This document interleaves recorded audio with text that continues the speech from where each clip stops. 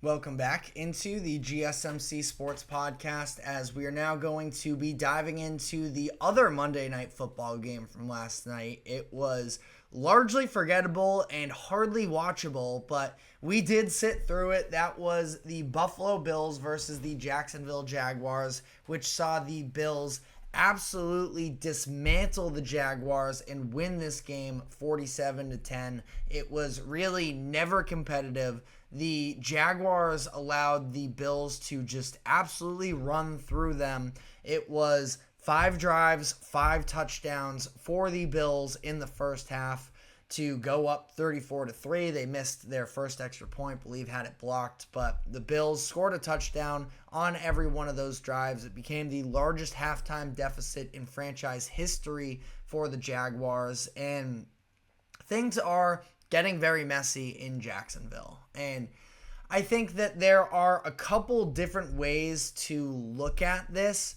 First off, Trevor Lawrence is going to receive a ton of backlash for the bad stretch that he's been on. You know, everybody points to the 8 straight losses. I don't love it necessarily, because that also includes him playing through an injury, specifically in that Browns game. I get it. You're on the field. Injuries aren't an excuse. Whatever. I think that might also include the game that he actually went hurt, that I feel like the Jaguars were definitely going to win. Now, playing hypotheticals there, can't do that, but you know, against the Bengals in that game, the fact that it was competitive, yes, is an issue, but that was more so about the fact that their defense hasn't been good, and I don't know how I necessarily roped myself into believing that the Jaguars defense was going to be better this season. I mean, you look at the roster, and I do feel like there are some very notable names, especially in that front seven, where Oluoken has been, you know, one of the leading tacklers the past handful of seasons from them as a linebacker. You got Josh Hines-Allen, who is one of the better edge rushers in the NFL right now. They go out, they bring in an Eric Armstead. Trayvon Walker is supposed to continue to develop for them, as he had a big second half to the 2023 season, but they are just a mess. And part of it was maybe the fact that they were dealing with injuries, especially in the secondary for this game. Starting safety Darnell Savage was unavailable.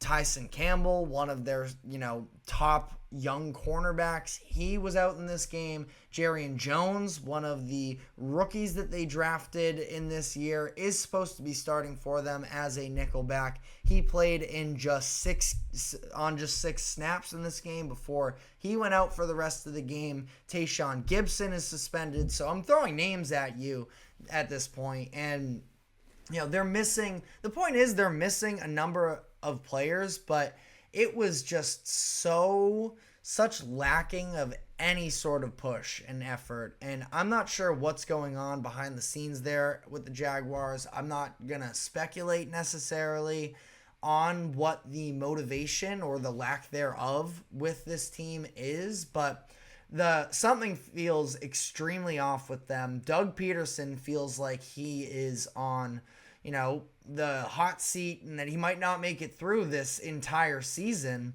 And it's just been such a tumultuous start to Trevor Lawrence's career, who gets the 5-year, $275 million extension this offseason. And I don't think that any of the contracts that were handed out this offseason necessarily have looked great up to this point. So if you're not a Trevor Lawrence believer, you have all the ammo in the world, and you can make the argument that, well, if you get paid that type of money, you are supposed to be able to overcome your roster deficiencies. That money hasn't even kicked in yet. He's still playing on his rookie contract, so it's not like he has eaten up all this money and that's why the Jaguars are bad. The Jaguars are just flat out a mess right now, and I can't really put my finger on why that is necessarily. You look at that breakout season that Lawrence had in 2022, and it seemed like they were so much more refined. And even if it was a little bit of middling wide receiver talent that they went out and spent big on, it was Christian Kirk and Zay Jones and Calvin Ridley they invested into as well. Evan Ingram was a big signing that I don't know if it was that Lawrence was just making them look better than they actually are, and that now that Lawrence has returned back to earth a little bit, the rest of those receivers, Christian Kirk at this point, the game's pretty much over, but the drop that he had in the third quarter, I believe it was in the end zone there, and Gabe Davis, I don't know. It's hard to sort of pin it just on Trevor Lawrence is basically what I'm getting at here. The offensive line is a total disaster right now. That's another area that they have gone out in recent years and tried to invest into. And it's not like I'm trying to sit here and make up a bunch of excuses for Trevor Lawrence, because he needs to be better as well. That interception that he threw where he just entirely airmailed Brian Thomas Jr. And Brian Thomas Jr. is actually an investment that I think was worth it, and he has star potential in my eyes, but that was just a horrendous throw, maybe the worst one of Trevor Lawrence's career up to this point. And considering just where all the momentum is headed right now with this Jaguars team, it's like, what is going on with you, Trevor? But at the end of the day, he also doesn't play defense. That defense was horrendous in this game. And again, I can't fully wrap my head around it, because there are a number of names on that unit that I do like, and I feel like they should be better. But maybe it's just when their secondary gets healthier, they can at least be a little bit more competitive. But wow, they just are so in the dumps right now, and for good reason. But honestly, we should have probably started this segment at least trying to have a little bit higher of vibes talking about the Buffalo Bills, because they look like the best team in football right now. And I think that they've had, and yes, like I just mentioned, the Jaguars are absolutely a mess, but that being said as well, the Bills have some good wins to their name already, where they got out to that slow start against Arizona in week 1. Arizona, a team that I think has a great chance to potentially make a playoff push. They come back against that team, and the defense starts to rear its head, and then we see that even more week 2 against the Dolphins, and Tua goes out in the third quarter, but the Bills had that game pretty much locked up anyways, it seemed like, and Josh Allen by the end of it was just able to coast. And then to come in here, listen, the Jaguars are a mess. That's not to say that they're not talented, though. Like I mentioned, there's a lot of names on that roster that I do like, and just to bludgeon them like that is a statement that, Josh Allen now is the front runner for MVP, and deservingly so. This idea that, I felt like in my head, and I've talked about it on the show in the past, that I went through all of the numbers of Josh Allen down the second half of last season once Stephon Diggs wasn't as prominent, that I thought Allen looked better of distributing the ball, putting together more methodical drives. We dove into the numbers, and nothing really backed it up then, but now the eye test is sort of starting to come around and show that, Josh Allen doesn't necessarily need one individual wide receiver that's going to do the heavy lifting for him, because now at this point, he is enough of an offense in himself that he just needs competency around him to be able to make plays when he looks there. Khalil Shakir, who had a big second half to the season and was able to sort of find a role in this Bills offense, he's been the lead guy for Josh Allen up to this point in the season. Dalton Kincaid had a little bit of a slow start to the season. He scores his first touchdown last night. I think that he's ultra competitive, or ultra talented as well.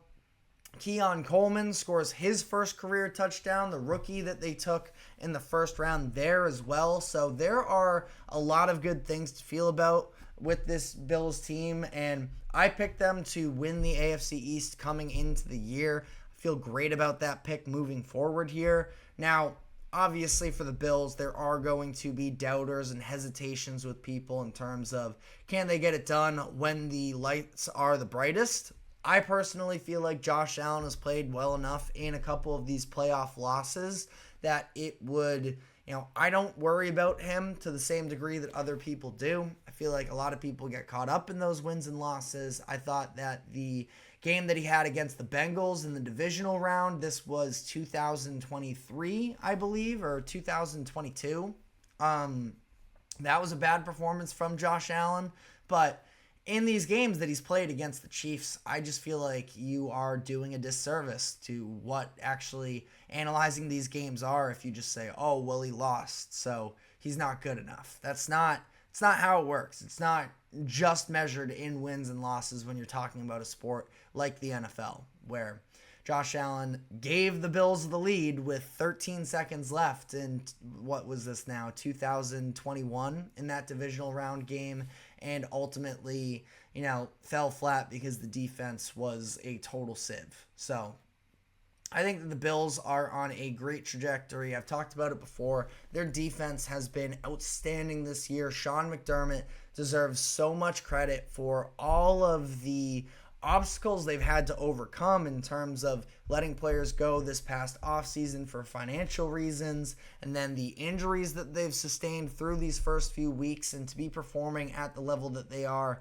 10 out of 10 for the Bills. And again, they look like the best team in the NFL right now. Now, they're going to have a chance to back that up this upcoming week with the Baltimore Ravens there visiting, so that will be a very tough game for them. They'll also be in Houston for week 5, so they're going to continue to have tests for them, and then they're actually on the road again the next week with the Jets as well. So this is going to be a nice little gauntlet for them to see what they are really made out of. But circling back to the Jacksonville Jaguars one last time, we are going to be talking about them, the Bengals, and some of the other teams this past weekend that lost big and are in a little bit of a stalemate. We're going to be doing this week's version of the NFL Panic Meter, of rating how appropriate the panic levels should be